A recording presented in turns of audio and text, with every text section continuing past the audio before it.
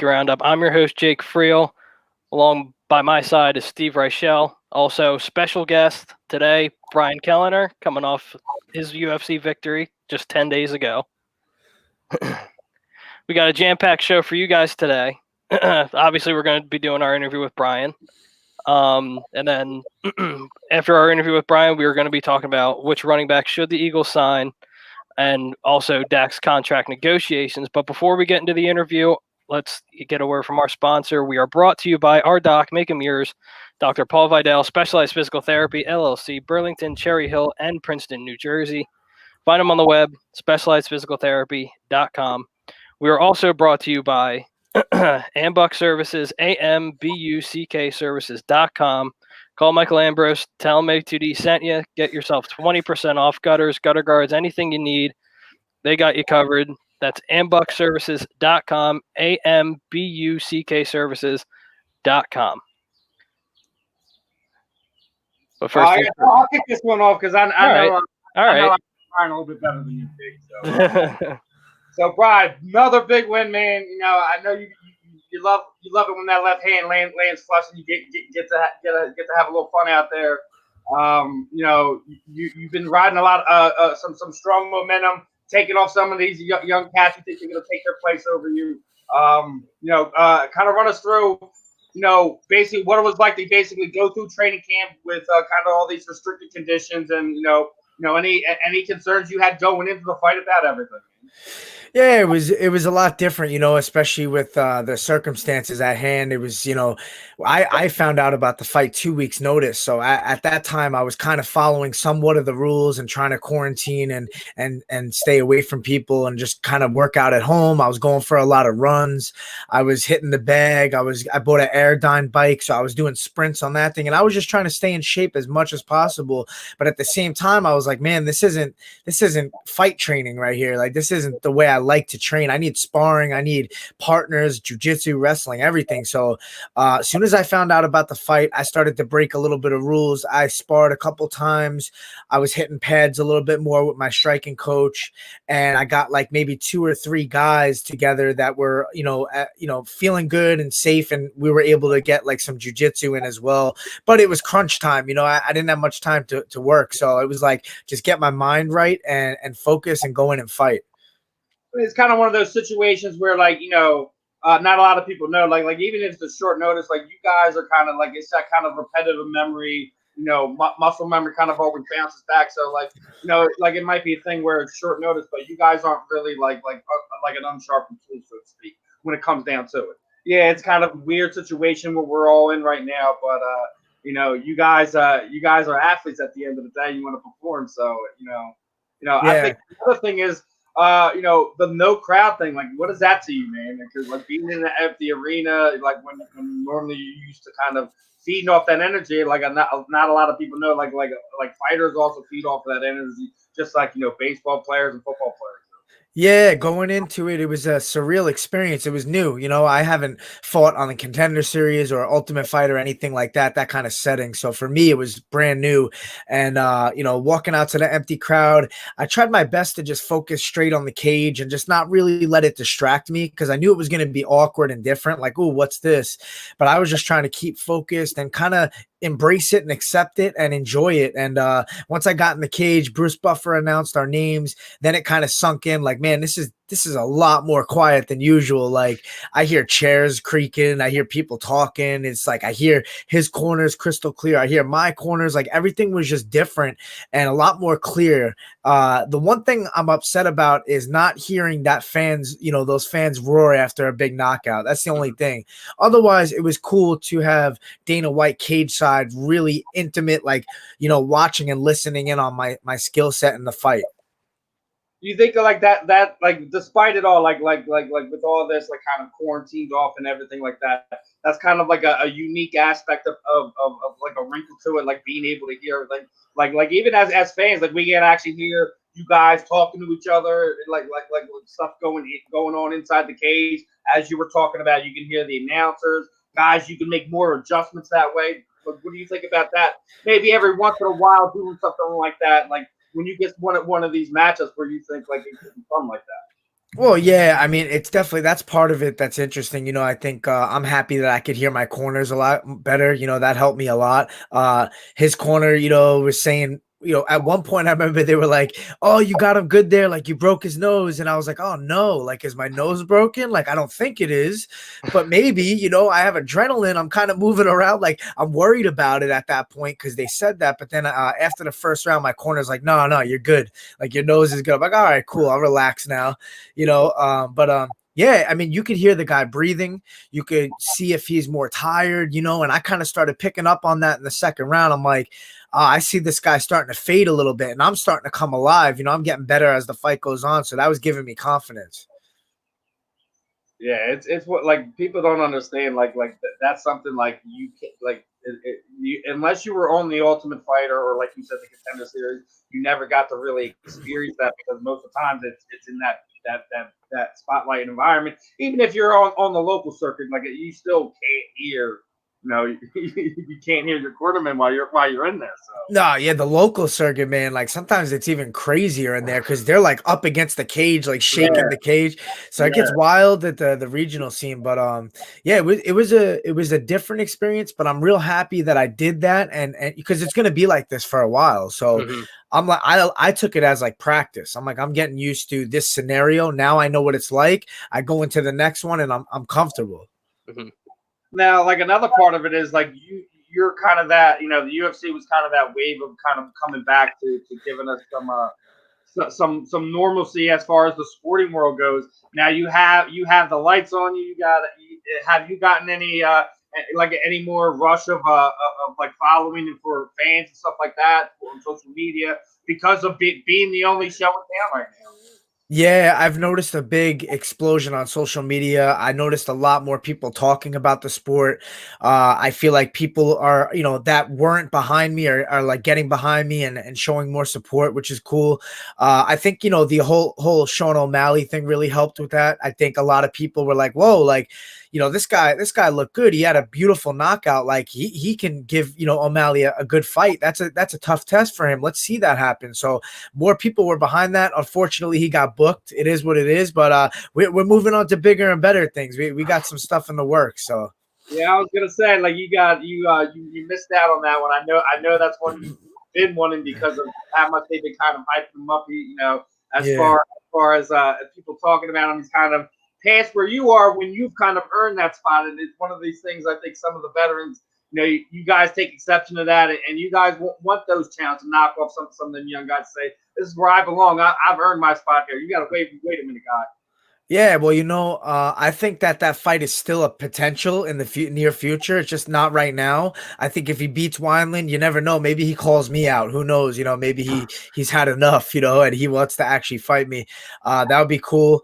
We'll see though. We'll see what happens, how things play out. I'm not gonna wait for the guy. I'm gonna try to keep moving up the ranks. And I'm gonna try to keep staying active. So for me, I'm just focused on trying to get 4 fights in this year. Yeah, that's one thing people don't realize. Like, it's hard for you guys to get that number of fights in because how everything works out. But I think also because I have people missing out on fights and you getting some of these short notice fights, you might actually be able to get that. And like win, lose, or draw. You guys need that at least 3 a year, for it to be able to be comfortable doing what you guys do on a daily basis because you guys don't have the financial security that MLB and NBA players have and stuff like I picked the wrong sport, huh? You're telling me, man. It's unbelievable. I think you guys have more sponsors than me. You read off that list. I'm like, what the hell's going on here?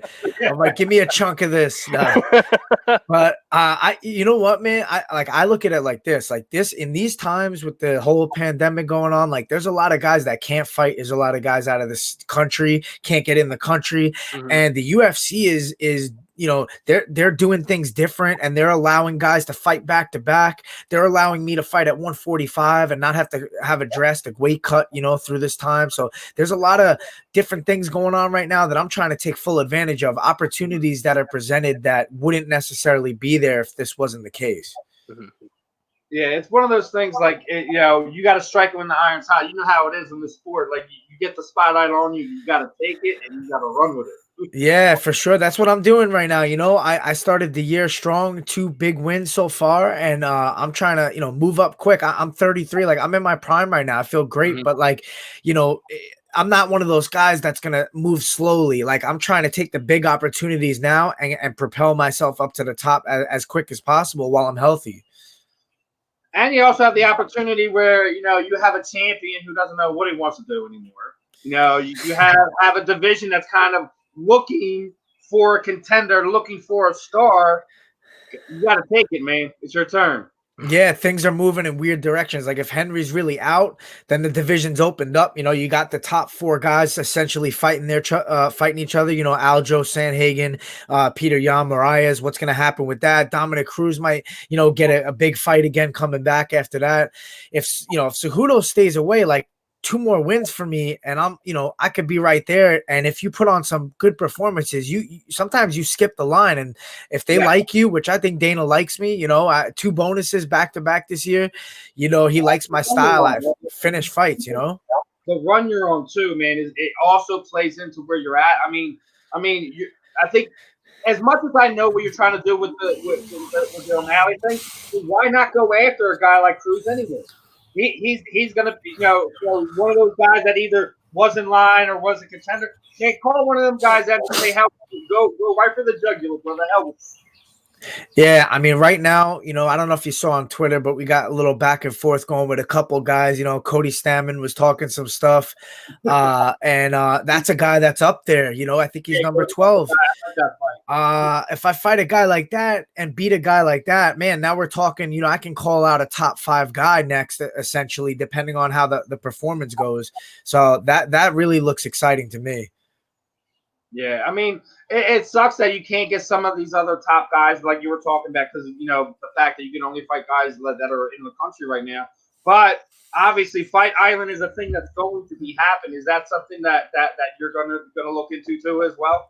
Yeah, I'm excited for that, man. I would love to be a part of that history. I think that's going to be something different, a whole new experience again, to be on an island like that and fighting, and be able to kind of like enjoy that whole atmosphere. And it's going to be unique and different. So I'm hoping, it looks like they're going to head there sometime in July, I believe, maybe even June, late June. It's looking like the apex for now in Vegas. I think if I end up fighting if this next fight comes to fruition, I think it'd be in Vegas, early June. But after that, man, like I said, I'm trying to remain active. And I think Dana said the whole month of July is going to take place on Fight Island. So maybe sometime late July, I could even get back in there if I come out unscathed. Oh man, like you said, it's one of these things where you got to take it while the advantage is there. Dana's one of those guys that he loves guys that are like that. You have the opportunity. It's yours for the taking, man. You just got to get yourself a good dance partner. I need some tie-dye shorts. That's what I need first. We know this. You want to let me at me because it's one of these things like people that haven't been really around the sport long enough don't understand fight life before the uniform. Yeah. It's one of these things. Like, he should let you do that, man. It's just something to break everything up. It's still your uniform at the end of the day. Yeah, and if if Reebok's making the shorts, like let us have a little bit of flavor, a little bit of personality. I think people connect with that. It helps us with our brand. So, to kind of strip us of that opportunity sucks. And I hope they start to open up more. And I kind of stole that swag off of Bryce Mitchell. I know he's asking for the camo shorts, so I was like, hey. Like, it seems like Dana's all about the camo shorts. Like, why not some tie-dye shorts and with Reebok on it, Right. Yeah. Now, Brian, I do have a question. As far obviously we're still dealing with this whole epidemic, with everything closing and stuff like that. If COVID-19 really has affected your training regimen and stuff like that, and you've had to adapt, how have you adapted? I would say it's more psychological actually than anything, because to me it's like, what happens is, like this isn't the best training I can get, but you kind of got to tell yourself like, well, I'm still working hard. for me personally, I have so much experience in the cage. I've had 31 pro fights, and I'm going into my 9th UFC fight. So I have the experience where I can kind of remain calm through these circumstances and not worry too much. Like, oh, did I train hard enough? Am I in good enough shape? Like, Right. I just experienced that. I got through a fight in the worst case scenario, 2 weeks notice in a quarantine training scenario, and I went out and I put on one of the best performances of my career. Like, if I now know that, I can just bring that into this next fight, keep on just working hard, staying as good a shape as possible. And I'm sure my opponent's dealing with the same kind of thing, Yep. I have my striking coach. We work together still. I have my brother. Fortunately, he's fought in the past and he's a great partner for me and he knows my style. So I'm able to still work hard and get rounds in. But it's just not a full gym with a whole team to work with. That's all. Okay. Now, another question from one of our fans or one of our A2D staff members, Greg Milakovic. He asked, did you feel a sense of pride in being a part of one of the sporting events getting this country, quote unquote, back to normal? Yeah, at first I didn't really look at it like that. I just was kind of, it's a selfish sport. I was like, well, I'm trying to get paid and I'm trying to, bring normalcy to my own life, but after I realized like, well, so many people are dealing with this negative energy going on with the whole atmosphere and, the pandemic and everything. And some people have family members that are sick and, everyone's stuck at home and they don't have that social out that they can go, connect with people that they're Right. used to doing. So I thought, hey, this is cool that I get to put on some entertainment for the fans and also for just sports fans in general, not even just MMA fans. I feel like so many eyes were on the event. So I was happy to do that for sure. Now, another question I do have. So obviously you've been in the MMA circuit for a while. When did you really kind of start to realize in your early development as a fighter, when did you start to realize that you could actually really have a career in MMA?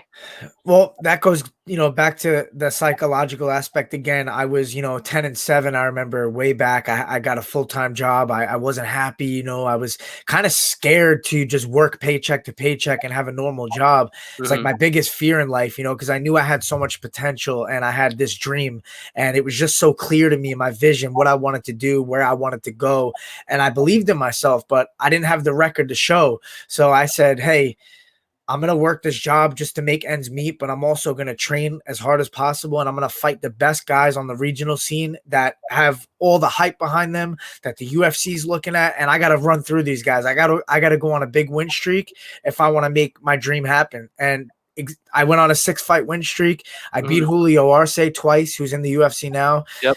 And, I was on Dana White looking for a fight. I had some good exposure. I had a lot of momentum. And then I signed with Sucker Punch Entertainment with Brian Butler, and we kind of worked together. And we got that fight in Brazil, and it all came together. But it started here, it's like me telling myself, hit that switch, like you're going full force, 100%, no looking back. I don't care about anything else but like making this vision, this dream happen. Oh, that's awesome. Now, piggybacking off of that, who was your inspiration, I guess I should say? Who did you want to emulate your style off of? Well, it's a kind of a mix, I feel like in this game that's ever evolving, you have to take from as many people as you can.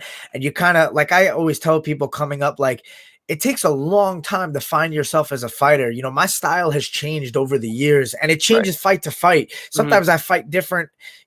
This last fight, I might fight different than this next fight. Just my style might be a little bit tweaked. And I think for me, that's the most important thing, is to constantly grow and take things that you can implement into your game. I like to watch a little bit of Max Holloway. I like Nate Diaz for different reasons, pitter patter type of, pressure fighting, Holloway for his kind of swag in there and his stance, his footwork's different. TJ Dillashaw switching stances and switch hooks. And I take a lot from all these guys, but, I think for me, what's really great is that I can change up my style and kind of pretend to be a different fighter every time I go out there. Okay.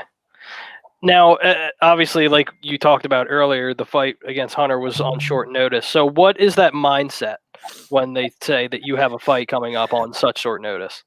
Yeah, it's kind of just like, hey, like, all right, now it's go time. Let's start doing everything we can to prepare. You only got 2 weeks. Let's be smart. You know, you don't want to overdo it. You don't want Right. to peak, too late, too soon. So you got to time it right. And, I'm doing a lot of high intensity interval workouts. I'm sparring a couple times. I sparred like twice in 5 days because I had to jam it in, and then I kind of had to taper down because the weight cut's coming. So Yep. you have to figure that part out and be smart. But I did it perfectly. I got those sparring sessions in. That was the most I could do to prepare. And then I did a bunch of drilling. I went hard in jujitsu. 5-minute rounds. Burnt the lungs out. Made sure that I was good to go. And then just focused, kept my mind straight, and just believe in yourself. No matter what, the circumstances aren't always going to be perfect. It's just go in there and be the best guy on that night. Steve, you look like you're ready to ask him a question. What do you got? I was just like, with it, brother. You know what I mean? Like, dude, me and Brian have talked so many times, between being on the local, like going to Cage Fury fights, being there on Media Row, catching his teammates and stuff like that. Me and him talked so many times, but I got to get your thoughts, man. Connor started running his mouth today about the GOAT stuff, man. And, obviously a couple fighters have weighed in on it, man. What do you got to think about this at this point in time? Like, I got respect for the guy for what he's done, but almost like when you break him down, like, isn't he kind of the fighter that defines this era, not GOAT status, because the fact that he hasn't done anything really lately.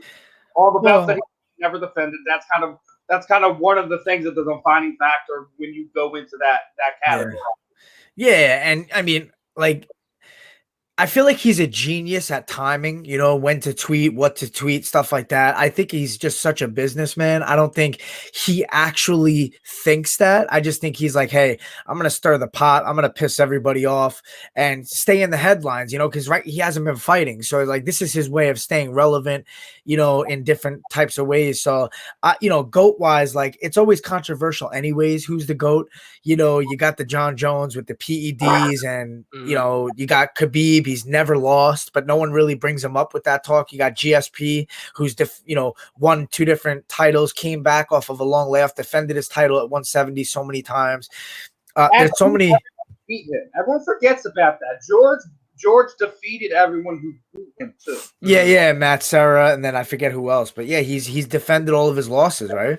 Even though like that whole thing was weird, like he should have won the first fight, but then he lost. He won the second fight, even though he should have lost it. Yeah, and also, your lifespan in the sport, how long you do this for should be part of that talk. Connors came in and he's quick. He gets his chances due to his fame. He gets good, favorable matchups and then skyrockets to a title fight, instantly goes to another division, gets an instant title shot there without having to really defend, so the belt or even fight to build up where other guys have to go and build up and go build yourself in the rank, and he immediately got it. Yeah, guy though. Yeah, 100%. I think to me that a real champion is a guy who cleans out the division. John Jones is kind of doing that now. It's like, hey, whoever's next, let's go. Think about it. He's done it twice. Like when he went to when I say that, because he went and cleaned out a list of guys before getting the title that were not like anything to write off either. Yeah, well, people know when you're taking a fight against a real top guy. Go ahead. What was that? Sorry, go ahead. No, I was just gonna say, then you get he just had that run for so long, and then people also forget Fedor. I know people want to question it because he never fought in the UFC, but dude, he was literally the face of that of Pride for a reason for the longest time, and he had the losses to Bigfoot and Verdum and some of that, but there's a reason why there's an aura about that guy, and in a way, Randy Couture and Dana all stole that from us. They all should have just came together and made that happen. I know that's one of Dana's biggest regrets, right? When he had that chance to seal that deal, it didn't happen. He mentioned that, but that's another thing.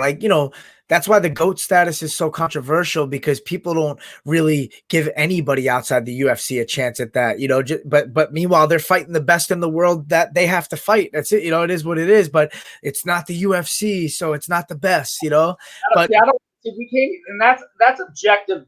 If we're talking about now, back then it didn't matter because everyone was everywhere anyways. It was just like you had pockets of exceptionally talented fighters, like where, and that's what the reason why Dana and the UFC came around is they wanted to collect all that into one place and see who the best was. Dude, there's probably some kid out there in Brazil right now that could beat the shit out of me, but like, he just isn't getting his chance, So if you speak about like the whole world, like there's some killer out there just waiting to get scouted, Mm-hmm. And then even when we go into like the whole like GOAT talk, like the whole reason it gets brought up is because of everything that was going on with The Last Dance. So I would be remiss to ask you what was your thoughts on it, and what's your thoughts on the GOAT for that perspective? Oh God, we're gonna get into that one now. Well, I mean, we're here, ain't we? For me growing up, look, isn't that MJ right behind you? Look at him. Yeah, so I can't not go with MJ. I mean, when I was growing up, like he was the man. You know what I'm saying? I joke around. I tell people because I did in 5th grade. Like I remember thinking to myself, like I want to be Michael Jordan. Like that was like a thought that I had when I was younger because I was an athlete and I looked up to him as like the greatest. And just his smoothness playing basketball was amazing to watch. And now seeing The Last Dance and seeing like his mentality, it's even more impressive to see a guy that's already so successful that maintains that mentality all the way throughout. Like, is there anything you take from that when you watch that? Because like when you're an athlete on that level, like you have to be obsessed to a certain level to get to that point, anyways. And that's something that watching it shows you. But what does a guy like you take out of that? Yeah, I see a lot of traits that I have in my own self, like with your selfishness towards the sport, your sacrifices that you have to make, the things that you miss out on to put the time in towards this thing to be great. That's what everyone wants to be. So like, I can relate to it. I can understand it. And I think it's so important to carry that mindset throughout the whole process because there's so many times that you can kind of get burnt out. You've reached the pinnacle, you're at the top, you know what success tastes like, and then you're like, man, I got what I wanted, I'm good. Or you're like, no, I want to keep this feeling forever and I want to keep getting this more and more and more. And it's like, you got to keep that fire lit. And that's one of the hardest things in this sport. Someone who's been in the sport for so many years, I'm proud that I've been able to keep that fire lit through all the times that it's been put out, Mm-hmm. But isn't that the beautiful thing about being a fighter too? Because like even at times where it may be extinguished, there may be something going on in your personal life or even in your fighting life. But didn't Mike Tyson just show us that it can always be reignited? Look what he's doing right now. Where he's about to do, regardless if it's on a professional level or if it's for a charity, whatever. You have to be impressed with what he's still able to do at his age. Oh yeah, and not even just the boxing thing, what he's been able to do business wise. He's literally cleaned his whole life up, and he has the cannabis thing, and he has the hot box with Mike Tyson, a podcast. Like he's completely changed. It's interesting to hear that guy talk now. He's so humble and quiet, and like he's relaxed and everything. And he went from being a crazy psycho boxer, getting in trouble with what he was doing, and I think he literally lost all his money from boxing, and now he reinvented himself, so it's really cool to see. Yeah. I know that's probably getting right towards the end of it. Brian, is there anything like you want to give a shout out to, or anything you want to say before we wrap it up and let you go by your life for the rest of the afternoon? Yeah, no, I appreciate you guys having me on. Thank you to everyone who's been behind me, who's really stuck with me through this journey, through the ups and downs, and kind of stayed loyal to me as fans and friends and family and all that stuff. The support's amazing. I appreciate it. And, we're going to keep it going. This is going to be a big year for me. My vision's clear, 2020 vision. I'm going to go and go on a 4-fight win streak and put myself up in the top 10. That's my goals this year. There you go. Love it. And well, obviously, man, it's always been a pleasure talking to you. We always appreciate your time, and definitely, we'll definitely have you back on here when lose or draw, when you get something lined up or afterwards, whatever. Keep doing what you're doing, man. Like I said, man, the time's yours. It's your opportunity to take it, man. Thank you, guys. I appreciate it. Yeah, we'll talk soon. All right. All right, Brian. Take care, guys. Hey, you too. All right, bye. Bye. What a cool guy. Oh man, like I told you, that he's What a really cool guy. I don't even know. Like you got to go check him out. Like he even raps and sings and stuff like that. Does he really? Yeah, we could have we could have went a whole hour with that. Yeah, but that was. I want to keep it up because I know we switched everything around because. Like, yeah, it was like a last minute kind of thing. Obviously, we were going to start talking about Eagles and bringing LeSean McCoy back, but it was kind of a last minute thing. No big problem. Just got to adapt, right? That's all we can do. That's part of live radio, man. Yeah, exactly. You got to adapt on the fly. So obviously, didn't get into the poll question earlier, but the poll question is: the Eagles will bring back LeSean McCoy. Agree or disagree? You want to take it first? Yeah, I'll take it. So I'll say disagree. Right. Listen. When you look at what that running back core is right now, when you have there's regardless if you include Elijah Holyfield, when you Clement, we got our little bandit, Mr. Boston Scott. Yeah. So when you got that, what's missing? It's McCoy's basically an older version of what we have in Miles right now. And as much as I love LeSean McCoy, he should definitely retire as an Eagle point blank period. Let's not have that mistaken. But at the end of the day, what's really left for us to look at it on that one? If you want to bring in someone, we need a hammer. Right. They're saying he's going to stay out. All right, peace. Yeah, right. What we got, we'll find somebody else to fill that role with what you have there. The only thing is you need somebody to go in between the tackles and bust things up. You have what you have elsewhere on your roster. There's like at this point in time, you're throwing money away where it can be located elsewhere. Mm-hmm. Yeah, see, with me, I agree just because of kind of what's transpired in the last couple of days, just with Seattle signing Carlos Hyde. I wasn't really as high on Carlos Hyde as some people were, just because he's been from, and Tommy's talked about this a bunch of times, just him going from team to team to team the last couple of years. And Devante Freeman wanting, I don't know exactly how much money he wants, but the fact that apparently teams are walking away from him because he wants too much money, who for a guy who hasn't had a solid season since 2016 when they went to the Super Bowl. And we all know what happened with that. So, but like, as far as like right now, to me, the writing's on the wall. It makes the most sense. The Eagles want to sign a guy at the veteran minimum. They want to get a guy cheap, a guy that's fine with being a number two. LeSean McCoy knows exactly where he's at in his career. He's not a starter anymore. He knows that. He got a Super Bowl ring, and I think to me, not even like the fan side of it. I think I just knowing how Howie is and just how this organization runs, just bringing in their old guys, bringing back the good old boys, like obviously Deshaun last year, and now to me it just makes too much sense. I'm not a huge fan of it, but to me it's just writing it on the wall at this point. Like I said, I love them. It just they don't really add anything. It doesn't do anything for me right now. If you're giving me a wrecking ball, then I'm all for it. Yeah, no. At the right price at the end of the day too, because right. No, like I said, I want to roll with what we got if that's what the option is. No, absolutely. But like if it were to happen, obviously you have Sanders at number 1, McCoy number 2, and most likely you're going to have Scott number 3. That's probably what's going to happen. You put Holyfield on the practice squad and probably a couple other running backs on the practice squad just in case something happens. But like I said, it just makes way too much sense. But then why do you bring in the guys like some of your undrafted guys who you think are going to be your special teamers, and you're going to take roster spot from that guy? No, I hear you. Boy, who's going to touch the ball 3 to 5 times a game? Something like that. Come on, man. It's not worth it. Let these other guys get their chance. We already know what we got with them, man. If there's an injury or something during the season, then yes, I'm all for that. Mm-hmm.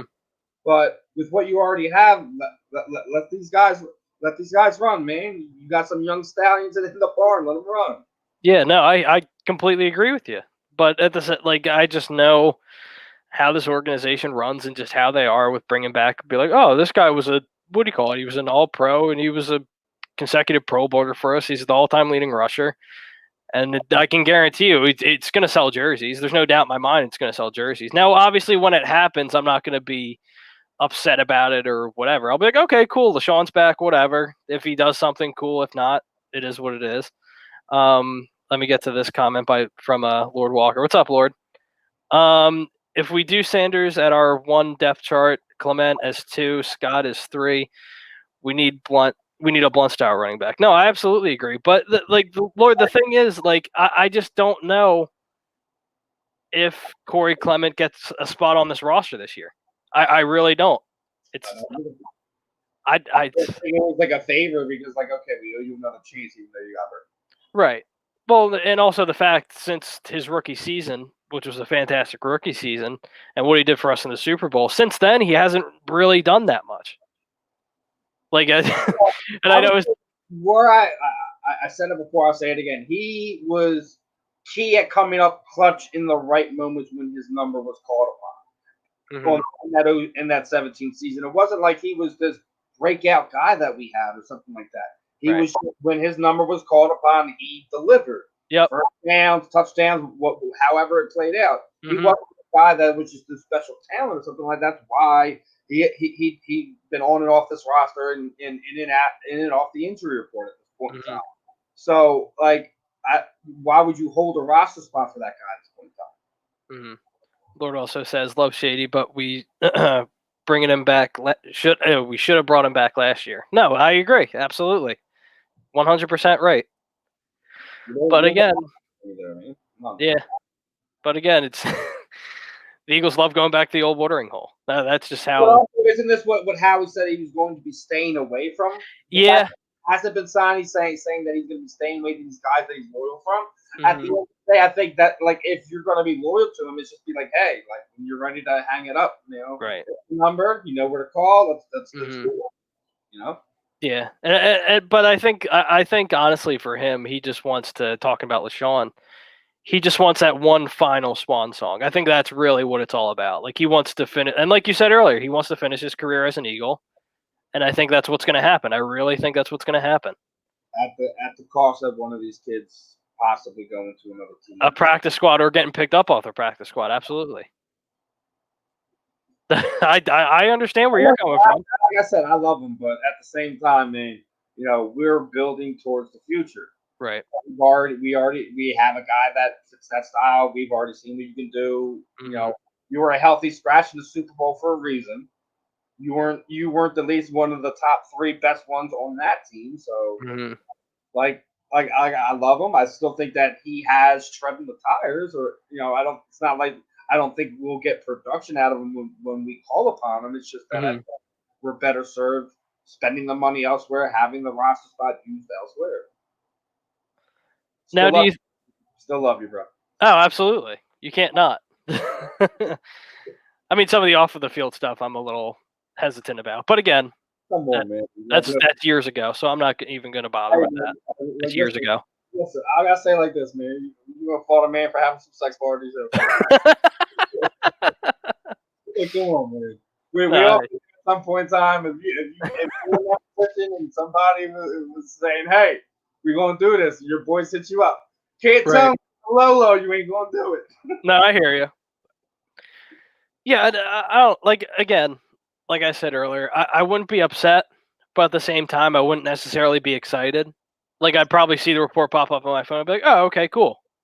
1 year deal, veteran minimum. All right, whatever. It's 1 year, no big deal. Get a bruiser in the offseason the following year or something like that, or bring up one of the guys from the practice squad if someone gets hurt again.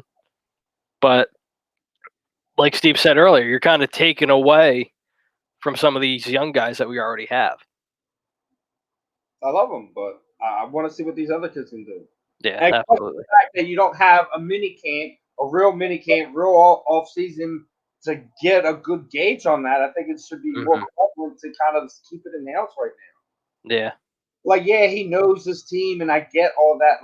He's gonna know. It's not gonna be like it's a transition period of anything like that for him either. But let's just keep on what we got right now. I love him.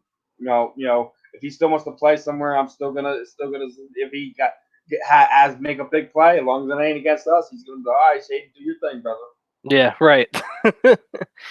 Yeah, but just before we go over to the Dak, John also says I'd rather have Adrian Killings or Michael Warren over Shady. Yeah, no, I agree. I want to see what these young guys do. Absolutely. I think that dude should be our returner at this point in time. And special teams guy. What's up, Matt? So, Matt also says, heck if Facebook jail, YouTube it is. We've all been there. I saw 30 days. I mean, shoot. I think I remember. I think it was like, was it the second week we were doing shows here? I was like, oh, yeah, I remember. Mm-hmm. Can't post it, can't do nothing. Nope, it's the worst. But obviously, the worst is when you get it on multiple social media accounts. Like if you get it on Facebook. I haven't done that. No, it's so weird. I got one this past week for Twitter. I think it was like right after we did one of those follow trains over the fight. Oh, okay. I found somebody was like, "You're in Twitter jail for 3 days." I'm like, what I do? I forgot. I was active on your social media platform. Sorry. Right. No, I hear you.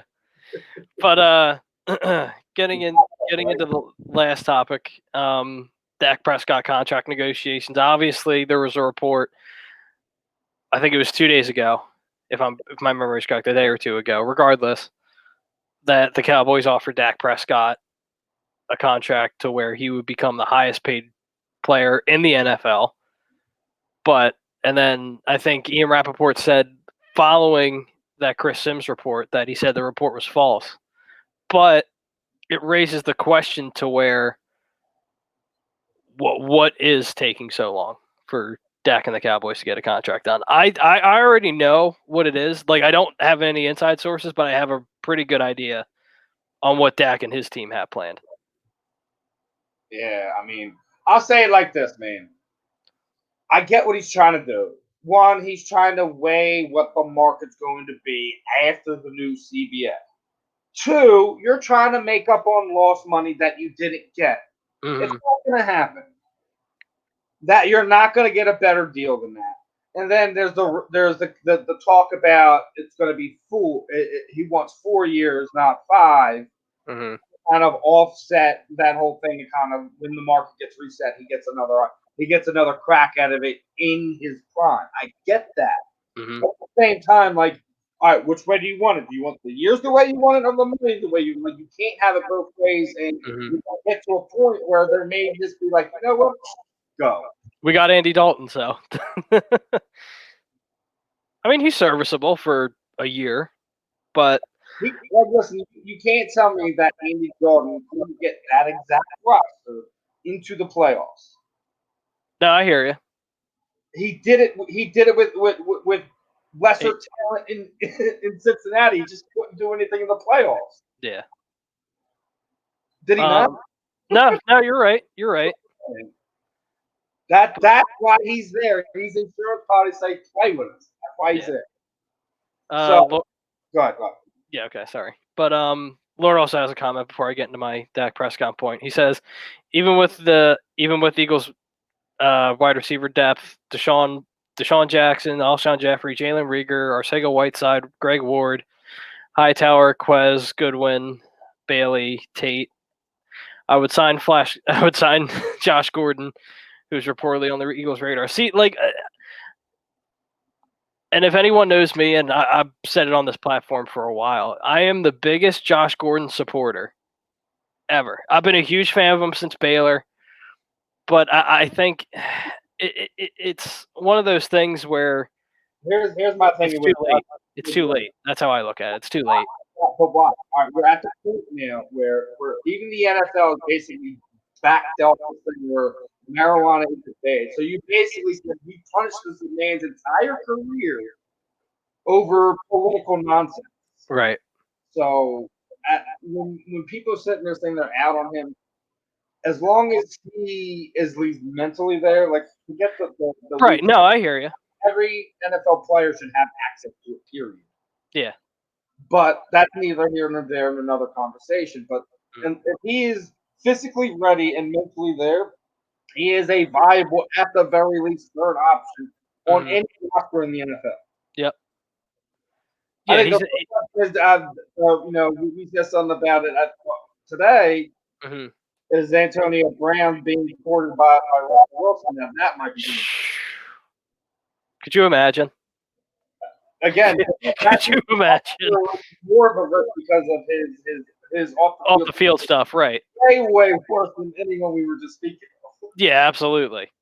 And it also the question is, we know Pete Carroll can handle a guy like that. Yeah, absolutely. Yep. Handle a locker room, handle another personality like that. Mhm. Revolving door of what has already been going on over there over the past decade. Mhm. So the question is, can Pete Carroll really could that be the one where this Pete just says, you know what, I have enough of this. I love y'all. I'm out. It's like too many personalities. I can't. He did it before. People forget about it. He walked away from the game before. Yeah. He had the shot in New England, went back Yep. to USC, was really successful there. Then Yep. mysteriously gets away from the sanctions and comes back to the NFL. Yeah. Yeah. I mean, it's really a shame. And like I said before, I am one of the biggest Josh Gordon supporters out there. I've defended this guy even when people were down on him. I love the guy to death. Just his ability as a wide receiver and what he showed what he was capable of when he was with Cleveland. And honestly, I think without without the suspensions, and if he kept his head on straight, he really, I think, would have been, I really think he would have been a Hall of Fame caliber wide receiver if he was able to. I can't put you there. I'll put you that he was a Pro Bowl caliber top 10 receiver in the league if he kept his head on. I'll take that. That works. Like again, I have such a higher view. Yeah, but we're all like that with certain guys. Like I'm even like that regardless if we're talking about we're talking about fighters, where we're talking about MMA fighters, we're talking about boxers. Right. As we're going over the go talks, we whole athletes. Mm-hmm. Our expectations, and we even get like that when we're talking about fans in general. When a guy comes into this city, regardless if it's we're talking Eagles, Flyers, Phillies, whatever, the bar where you think you are just take it several notches above that, and that's where we want you. Right. But when we look at most of our athletes, when we're talking about whether it's scouting, fighters, football players, etc., we all. When we have a talent that we like and there's a skill set that we like, we'll have a higher expectation than I would have than you would have. Yeah, no, absolutely. But getting back on the Dak Prescott conversation, what I really think he's doing, and it's smart and I don't blame him, is that he's waiting for Deshaun Watson or Patrick Mahomes to get paid. That's what I think he's really waiting on. But here's the problem. He signs that tenure. He's playing with house money. That is one, if he doesn't perform, his team doesn't perform, or he gets hurt, he ain't gonna get jack. Right. And that's why Kirk Cousins told him, he's like, you bet. He's like, don't be afraid of the franchise tag. Look how it worked out for Kirk. He got 24 million or something in the 20 millions each year, and then he got a huge contract with Minnesota. So yeah, so he can get more than what he wanted per year this year. Mm-hmm. Take your risk with getting hurt in the season, etc., like that. Whatever. Yep.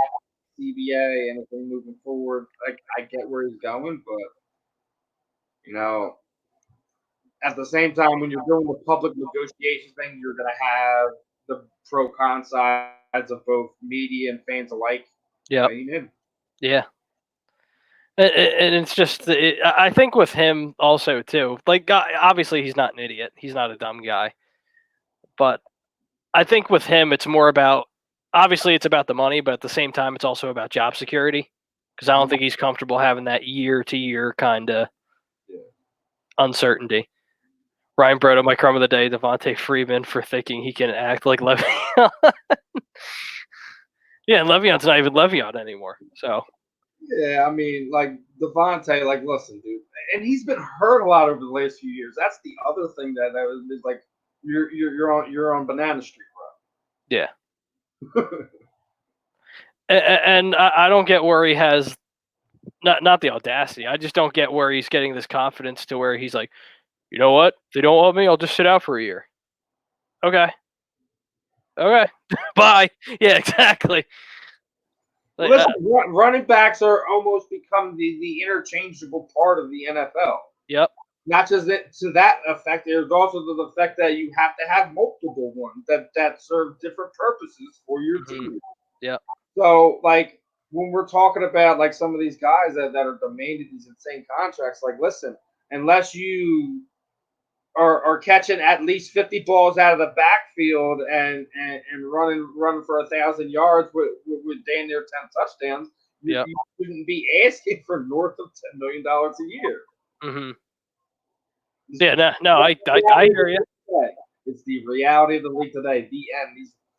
Whether you're an agent, running back, or whatever, if you're falling off in your skill set, don't be asking for nothing north of 10 million. Yeah, no. And that's the crazy. It's crazy. I don't get it. For a guy that hasn't had a great season, he's missed. I think it's 17 games since 2016. So I don't know. I don't get where he's coming from with where he thinks teams are going to be worried about him sitting out for a year. But Steve, you got anything else before we wrap up? No, like just the we're gonna mention a little bit of the we had Leonard Weaver on this past week with Rob and the Sports Hounds.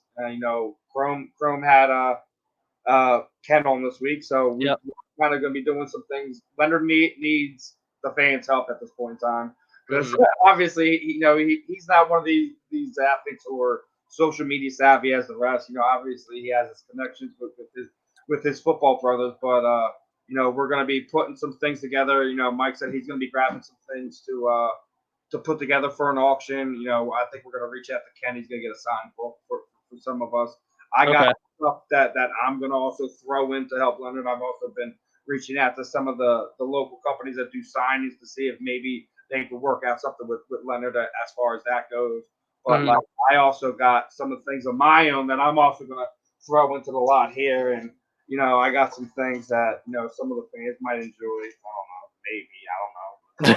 I don't know. Hey, wait, a little rare one here for you. Little Deuce Staley signed Terrible Tale. There you go. Like I said, we're gonna put something together between all of us on here, and I'm not sure how Tommy and Mike want to work everything, but we're gonna figure out something, put some things together. Do something to help Leonard out. Anyone who wants to help him out on their own, on top of that, on their own, just make sure you go to any one of his social media pages, regardless if it's Facebook, Instagram, Twitter. He has it posted up where the PayPal or I forget what the other one he was using to take donations for. But before we go, Zachary has a good question. He's like, "Do you think we should have signed a third string quarterback?" When you drafted Jalen Hurts, all records it made either Nate 2 or 3 or him 2 or 3. Mm-hmm. Don't need to go get another quarterback at that point in time. You'd be letting Nate go away. Yeah. So I mean, it is what. Nate Sudfeld will not be on this roster the following year. No, you won't. Talk about it just from the contract stance of it, the fact that they restructured it this past season, and the fact that you go and draft Jalen Hurts is the other factor into it. Mm-hmm. For me, actually, like the only way that works is if some team has an injury, they reach out to us about acquiring Nate, and then us go to find another quarterback. Yep. That's the only time I see us looking to go find a third quarterback. Mm-hmm. Technically, we have it: Carson, Jalen, Nate. Yep. Yeah, absolutely. All right, guys, that's been another episode of the Weekly Roundup. We really appreciate you coming on. We really appreciate Brian for coming on as well. That was a lot of fun. He's awesome. We're going to be doing some more of this. Obviously, you should let him know what's going to happen next week, right? Yeah. We'll get into it.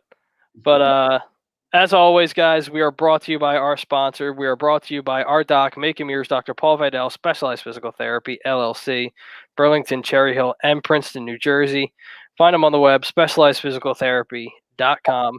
We are also brought to you by Ambuck Services, AMBUCK Services.com.